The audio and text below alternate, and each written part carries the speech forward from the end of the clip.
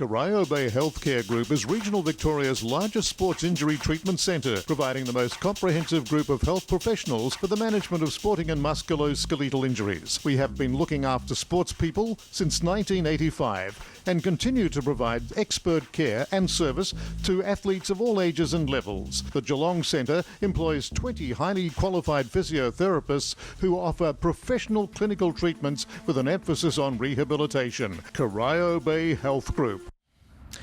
Welcome to GDFL TV as we preview round 3. Heaps of action across our 6 games in football and netball, but it is the Inverleigh Hawks who have just stunned us in the first 2 rounds. Johnny Mitchell caught up with their senior coach Mark McDowell after the Hawks win over Thomson last round.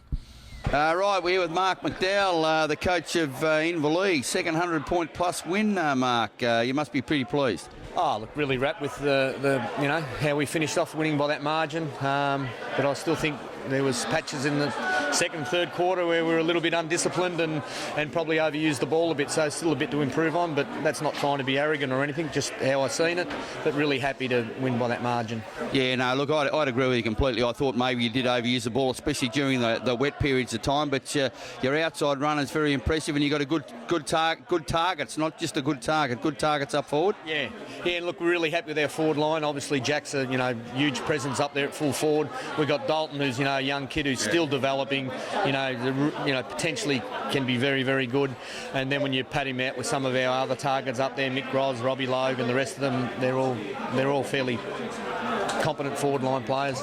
Hutchison was good through the midfield.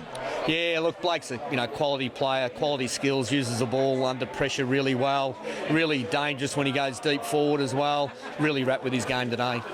I would suggest, Mark, that I know you've got to keep a lid on these sorts of things, but I thought you were, in my opinion anyway, nearly the best side in it last year on your day, and it probably didn't happen for you at the end of the year. So maybe this year you're able to take the next step. Oh, look, hopefully we can learn a lot from last year. I agree with you. I thought we were good enough to win it last year. We got to we let ourselves down against Bannockburn in one of the finals and just weren't switched on. We come out against Belpost Hill in the prelim. I thought we had the game almost won at half time. But to Belpost Hill's credit, they're just a really poised, experienced side, and I just hope that we learn from that. And so I can't see why we wouldn't be aiming to win the whole thing. I think the key is what you said about Belpost Hill. They're poised under pressure. They never sort of panic, and that'd be a learning that your boys hopefully have taken out of that. Yeah, it's an area we're still working on, and as the group starts to mature more, I think we're getting better at it. But we do have a tendency to really take the game on all the time, and we just got to get that right balance between the ebb and flow of the game, where we know we can hold the game up sometimes, and that's what we'll be probably working on as we go forward throughout the season. Next week, again, ANZAC Day clash against Bannockburn should be a ripping game. I've seen Bannockburn last week and you this week. Same style, both clubs. Should be a great game, and one that you'd hope to win, I'd imagine. Yeah, look, we'll be doing our best to win it. We've got a pretty good record against them over the last couple of years on ANZAC Day. It's always a game with high intensity. It's like a finals game, so that'll be another good game for us to experience. But look, the last time we played them, they beat us handsomely, so we've got to really try and knuckle down and make sure that we can turn that around this year.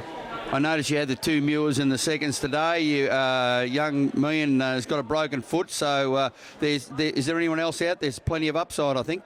Yeah, we've got a few that we'll probably push to get back into the best 22. Which is a really good thing for the club at the moment. We've got a bit of depth, so we're really happy with that. And you certainly need that towards the end of the year, don't you? Yeah, well, even at this point in the year, I think we've got 5 or 6 that would have been potentially putting their hand up this week, and we've been able to cover them with some quality players, so really happy with that. All right, mate. Good luck, Mark, for the rest of the year. I think there's no doubt that you're one of 3 that I think will be sitting at the top of the ladder at the end of the year. But good luck and all the best for the rest, mate. All right, thanks, Mitch. Good on you, mate. Thank you. Well, thanks for that, Mitch, but we're actually going to cross back to you because he caught up with a man who's synonymous with local football, but you usually see him on the other end of the camera, Mr. Noel Fanning. We're here with one of the legends of local footy. 408 games, Noel Fanning, 408 games for the Eagles, the Newtown Football Club, former... And 19 for Winchelsea and 6 for St Joseph's. You're a mercenary. Yes. Yeah. And I didn't know that. Yeah, I was 38 or 39 at the time. Did you give him the money back? No. Send an invoice into Noel because what he paid you, he should give it back to you in double. Now, all jokes aside, Noel's been one of the drivers, or has been the driver in guest video, and has taken GDFL footy and local footy especially to a new level. We're filming games and we've got a big media presence. How did you get into that, Noel? Well, I was out injured one day and Kevin Higgins asked me to see if I could grab a camera from school at St Joseph's. So I borrowed one of their cameras and sort of started from there. Did you give it back? Yeah, I gave it back. Yeah, gave it back. What about the one I got you from council? Cost us 120 grand. Yeah, that's a beauty. We've still got that. Still got that. I can't believe that. Now, your time on the GDFL board didn't last long, 12 months. Only lasted a year. I felt guilty about going to watch my son play for Newtown and be on the GDFL board, so I said to Neville, I don't think this is working. He said, I don't think it is either. Righto, fair enough. And how do you think the GDFL's going? There's been a lot of talk about amalgamation with AFL Bowen. Where do you think that all sits for GDFL clubs? Well, I don't think the GDFL clubs are too interested, and to be quite honest with you, I don't think the Ballerine clubs would be too interested in it either. I just don't understand. You know, they had a meeting on Thursday night and they said that they're definitely going to make the GFL top 10. And whoever they kick out, it looks like being West Giants? Yeah, Greater Western Sydney, or Greater Western Giants. Yeah, and North Shore. So 2 from the northern suburbs now. How can you possibly kick North Shore out when they won 6 in a row? Yeah, and it's not only that. I think the big concern is there's some talk that they want to bring 2 Ballerine clubs in, so that'd be 4 that'd go. That's right, and we would have the lot, and we may have to go back to 2 divisions. It's interesting, isn't it? Because the GDFL is certainly a really well-run competition, and Neville Whitley certainly spoke at the launch very strongly about the want to stay as an independent entity. He did so, and he spoke the truth, and I'm right behind Neville Whitley and what he's doing. When Hartman came into town, he cut me off at the knees and gave the BFL and the GFL videoing to Red Onion, who that's good luck for them, but he didn't even speak to me about it. Never even told me. Are Red Onion still about? I think they are. Yeah, I think they're still doing them, but. As you probably can understand, I don't have a lot of respect for certain people in football. You're not one to carry a grudge by the looks. Oh no, it's only been about 6 or 7 years. Look, just before we let Noel go, because there looks like there's a storm coming over. We're here at the Inverleigh Football Ground. Crikey, we're going to get a wet bum, I think. Noel, who's your prediction for the flag? Look, I think probably Inverleigh. And do you think the competition in your time in it has improved or stayed the same or slipped a little bit? When I played GFL football, the standard was wouldn't even be up to GFL standard now. Okay, so it's grown out of sight. Yeah, Okay. The players today are just so much fitter and so much faster and hit harder and kick the ball longer, and they use their brains more than what we did. You just didn't have any. No, we used to run straight down the middle, and if you got hit, bad luck. Kevin Higgins was the only one in your team that had any brains. He used to tell you what to do. I know, Basil Flynn had some brains. Did he? Yeah. We had his son over at Thomson a few years ago. I knew that, yes.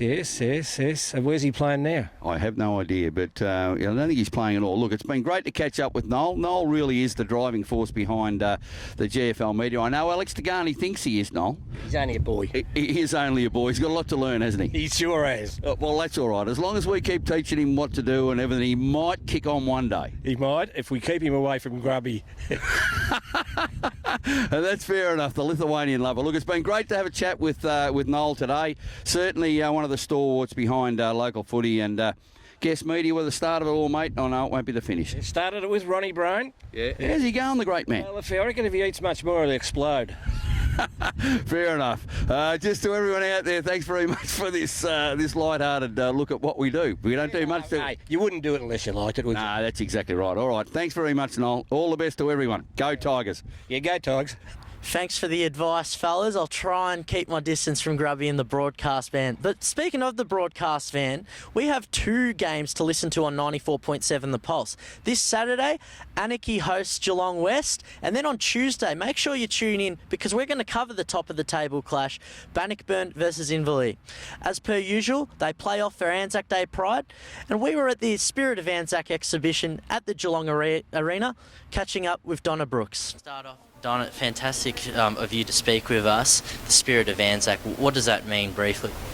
Spirit of ANZAC, gosh, that is, I need hours to talk about that. I think what's fantastic about what we're doing with the Spirit of ANZAC experience is we really do communicate the essence of what that is about. And I don't want to bandy about the typical phrases too much, like mateship and you know, those kind of things, but they are incredibly important. I mean, we're talking about a legacy of people where an entire generation of Australians were deeply affected. In Victoria, for example, there wasn't a man, woman or child that did not know somebody who was involved in World War I. And that's extraordinary. And it's been fantastic in Victoria to have 50,000 people, 50,000 Victorians come and learn about that spirit of ANZAC and remember, and to have so many kids come and learn that history that we keep passing down. We need to keep doing it, and I think that's a really important element of the spirit of ANZAC. You mentioned the 50,000. It wouldn't surprise me if at least 10% of that, if not more, were in Geelong this weekend. It's been a fantastic gathering here at the arena. What have you found the locals have been most touched by at the exhibit? If you could give us one very small story, perhaps. Absolutely.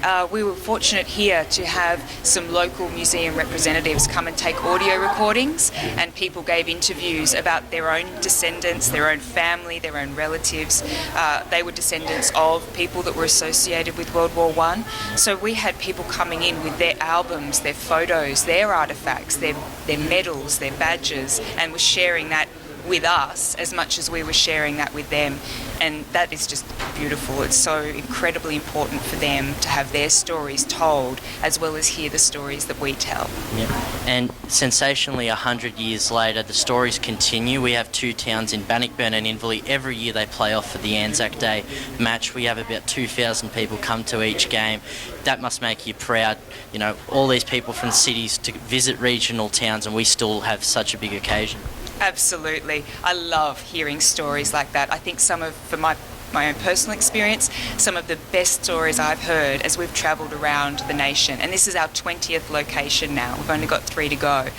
In 20 locations, the smaller regional places where this stuff is so important and communities today are still remembering and acknowledging it, and I'm a footy fan and a footy head myself, so the idea that if people are doing it with sport and particularly footy, I love that. Well, thanks very much for joining us. Next time you're in Geelong, come on board. We'll invite you in the commentary van. We'll have a big day. I cannot wait. Thank you for coming to visit us. Well, as they say, age shall not weary them, nor the years condemn. Thank you very much for joining us, Donna, and congratulations on the successful exhibition around Australia. That's it for us on GDFL TV tonight, but keep subscribing to this YouTube channel because we have Retro Round in a couple of nights' time. Bye for now. Buckley's fully refurbished Mid-City Motel Warrnambool. 61 premium and standard rooms, all with complimentary high-speed Wi-Fi. Perfect for a family getaway, function or business overnighter. The cocktail bar and restaurant is a great place to meet and enjoy local produce from the surrounding district. Chef specials change daily and our signature seafood platter is a must. The Mid-City Function Centre is the ideal place for your next corporate or social event. For your first choice in accommodation and hospitality, choose the iconic Mid-City Motel Warrnambool.